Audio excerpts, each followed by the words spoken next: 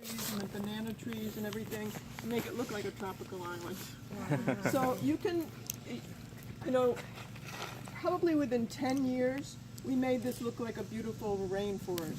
You know, if you get something subtropical, that's what we want to do for the first city. And you have one building right next to another building, and we have outside showers in all our residences. It's like you're alone in the woods taking an outside shower. It's really nice. Wow. So you have so many trees and landscaping between each building that they're really isolated. And this is what the outskirts of the city would be like, kind of. We didn't have any outside funding, so we built this ourselves, pretty much me and Jacque, through outside jobs that we held. So it's not what we wanted to build, it's what we could afford to build. And we didn't take out any mortgages, so we just did it when we had the next job. Have you found roughly a location to create the first city, or is it still? Oh, there's plenty of locations, we just don't have the funds. Of course, yeah. But we would want it subtropical, so we can do what we did here. Right. And so we could use solar, maybe geothermal. Yeah, and flatland. Mm-hmm. Right.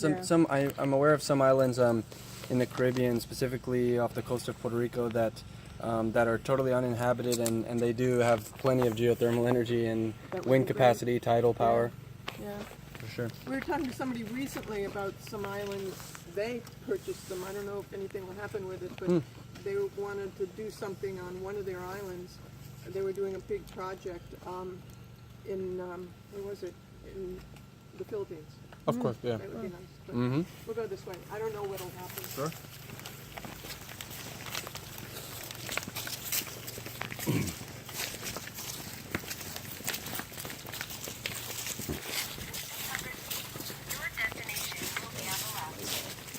Arrived at your destination? Oh, I know you were going to the left. I think you had this building plan was funny.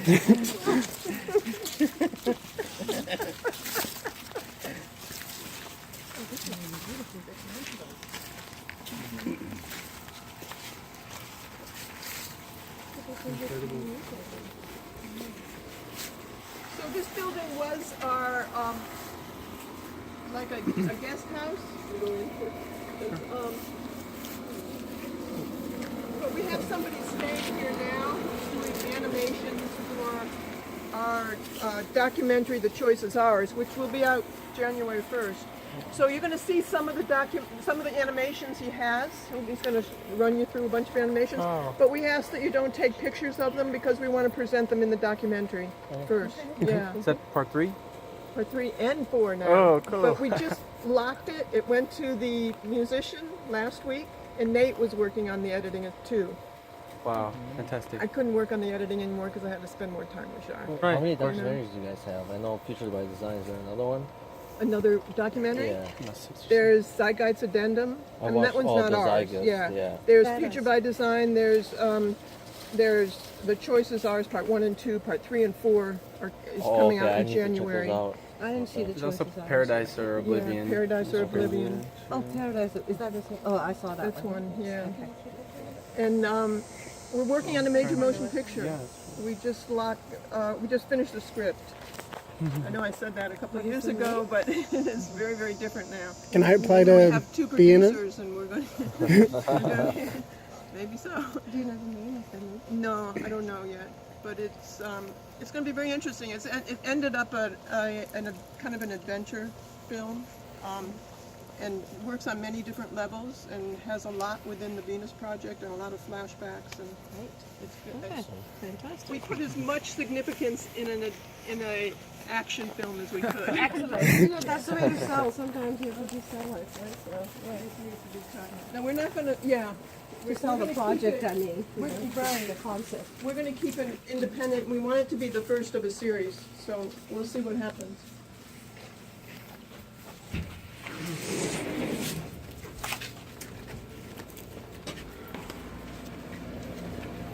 Jeff? Jeff? I guess he's not here. He's a lot of Clorox. So watch your step coming in. Yeah. That's actually the retention ring for the dome on the bottom. It holds it all so it doesn't go out. But sorry, it smells like chlorox. The door open. So we came here in 1980 to build some of the things that Jacque had invented and designed. We could only build very limited. We couldn't build certain sizes. Like I said, we could only build what we wanted. But he likes domes because you use the least material to cover the most space. It's very economical. And if you want to house, feed, and clothe everyone on Earth within a resource-based economy, you think of design very differently. You don't have a lot of opulence. You don't have a lot of roofs just to show look what I can afford. Yeah. You know, it's smaller for efficiency and for your needs. And these would also be laid like eggs, that you could make them by the hundreds. We couldn't afford a mold. I mixed it in a wheelbarrow, the cement, and I troweled it on, which took forever. But that's all we could afford at the time. So the dome is extremely strong. An arch is the strongest shape, and this is an arch all around. And it's made out of concrete and steel, just like a ferro cement boat. That means it's many layers of steel and concrete. So it's extremely strong. Jacque overbuilds. We live in hurricane country and we don't want any trouble. You know, the trees will fall down, but nothing would happen to this building. We joke, the people in Venus say this is the hurricane shelter of Venus. They probably would. So, you know, and then the environmentalists don't want to cut down the forest, but they live in wooden houses. So this is an alternative. And a lot of the furniture is built into the structure, which makes it very strong too. So if you pull it off a mold, you can have the couches within and the certain cabinets within as well. Also, when Jacque was designing the cities, I read from Bob Fuller when he was designing the geodesic dome that but when you increase the surface area by any amount of a dome, its volume increases exponentially. So I guess the whole reason to put cities kind of in entire domes would be to... We wouldn't put cities in domes. Oh, okay. No, there's no need to do that. Okay. And if you have a fire in there, there's a lot of trouble as well. Right. I guess I was thinking more about half Fuller's dome. designs. Yeah, the half domes. Yeah. But Fuller had a lot of things that we don't go through with along with. He felt the mind was metaphysical, and he met Jacque several times, but he clashed because at the time when Jacque met him when he was very young, Jacque met him when he was a little bit older.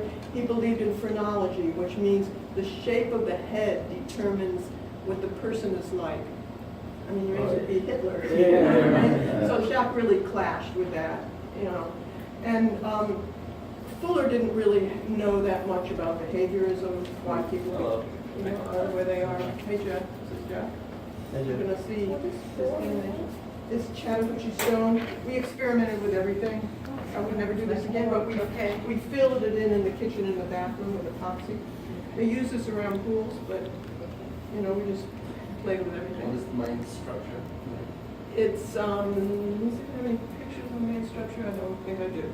It's steel tubing, and then a lot of rebars, and then expanded metal on the inside and out, and then plasters mesh so the concrete would stay to it.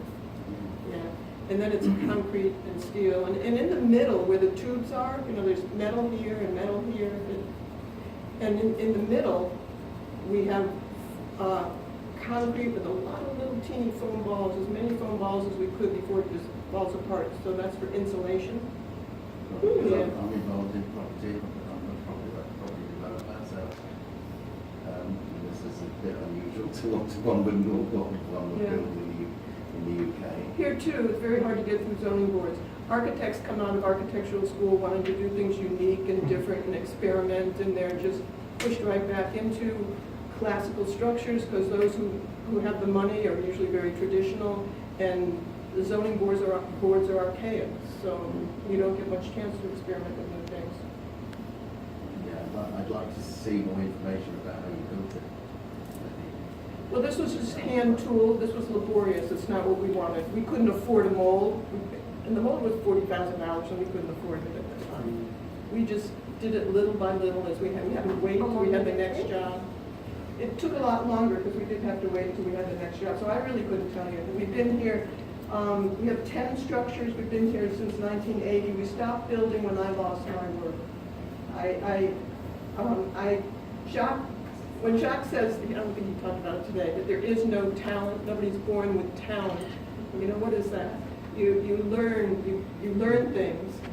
If you go to the beach and you're very young and you play with sand and you build things, and then you go to school and you start to build things, teacher thinks, oh, you're very talented because you've had experience in that before. You're not. You just had a little head start. So everybody can learn how to draw. And Jacque taught me technical illustration, how that applies to fine arts, and he taught me model making on his designs, and so I made a living with that.